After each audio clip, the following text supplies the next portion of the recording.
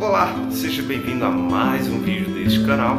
Eu sou Marcos Lima e hoje eu vou falar sobre o braço do violão, algumas características e quais madeiras que você pode utilizar no braço do violão. O braço do violão é uma das peças também bastante cruciais na construção de um instrumento com uma boa tocabilidade. Eu quero enfatizar esse negócio de instrumento e músico o tempo todo porque muitos luthiers que eu vejo ignoram esse fato, né, de que o instrumento foi feito para o músico e ficam sempre agregando coisas que somente o luthier quer. Então esses detalhes de construção devem ser sempre vistos no lado do músico e não do luthier. Mas deixamos isso de lado um pouco e vamos voltar. O braço ele tem por finalidade acomodar a escala. Essa escala ela vai ser colada em cima do braço com o restante em algumas partes do tampo.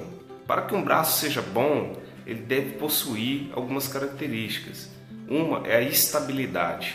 A madeira usada no braço ela deve ser o mais estável possível, uma madeira extremamente estabilizada. É uma madeira que nós marceneiros falamos sobre seca. Geralmente essas madeiras que são secas em estufa, seca com outras técnicas, não apresentam uma estabilidade tão boa quanto a madeira que é seca no tempo. Óbvio que isso não é regra. Pode sim encontrar madeiras estabilizadas, secas em estufa.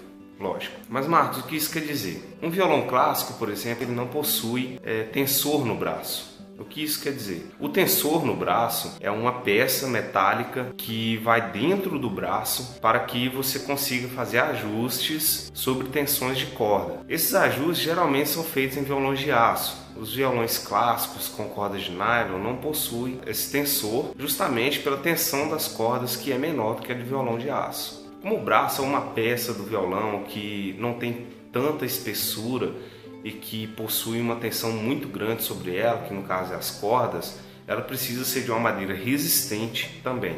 Além de estabilizada, ela deve ser uma madeira resistente, mas não pesada. Captou? O braço ele deve ser a madeira mais leve possível com uma resistência maior possível. Então para isso nós usamos madeiras que possuem as características de média densidade e que possuem uma resistência mecânica muito boa para que consiga suportar a tensão das cordas. Então, se você não sabe, o braço ele é escavado. Tá? Ele é feito de algumas peças ou de uma peça inteiriça de madeira que em quase toda a sua extensão é uma pequena prancha e ele é escavado de acordo com as características que o músico deseja. Existem braços de diversos formatos. Veja aí as possibilidades sobre a curvatura do braço. Essa curvatura serve para que você tenha uma tocabilidade de acordo com o músico. E é óbvio que se o músico desejar um formato diferente, você já sabe qual formato que vai atender o melhor. Junto com o braço também vai a mão do instrumento. A mão do instrumento é uma parte do braço. Ela que acomoda as tarraxas que vão segurar as cordas. E já também me perguntaram sobre o ângulo da mão. Qual o ângulo correto? Aí eu deixo aqui a questão. Uma Stratocaster, uma guitarra Stratocaster, tem ângulo na mão? Não. Um alaúde tem ângulo na mão? Tem, 90 graus. Isso vai do projeto, vai do gosto, vai do luthier, vai de tudo quanto é coisa. Você sempre tem que lembrar que há acessórios padrões, com medidas padrões e que vão facilitar a sua vida. Por exemplo, se você quiser um case no seu instrumento e você colocar um ângulo da mão muito grande, você não vai conseguir encaixar o seu violão no case, você entende? A mesma coisa também com o tamanho da mão, com o tamanho do braço, o tamanho do instrumento. Você vai ter que se adaptar de acordo com o instrumento que você está construindo, se você não está construindo dentro dos padrões, ok?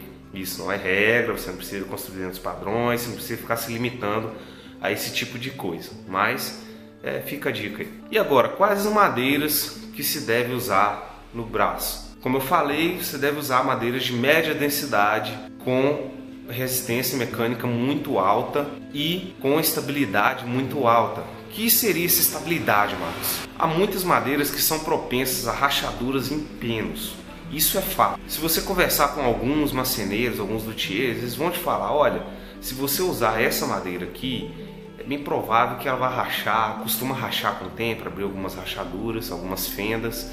e você vai ter problema com acabamento ou seu braço pode empenar, alguma coisa assim. Então, quais madeiras que eu aconselho? Eu aconselho o cedro, somente o cedro. Em 2018 ainda está relativamente fácil de você encontrar cedro, mesmo que seja aquele cedrinho branco.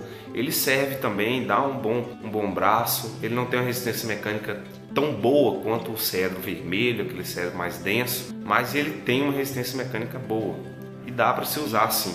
Existe outra madeira também que é bastante usada, no caso o mogno. Só que o mogno aqui no Brasil ele é muito difícil de encontrar devido à sua dificuldade.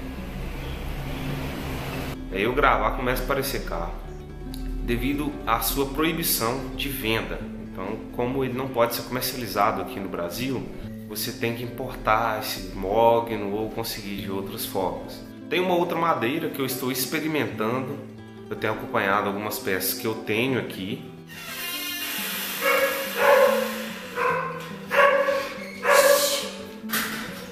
Eu tenho acompanhado algumas peças que eu tenho aqui durante algum tempo, já tem 1 ou 2 anos.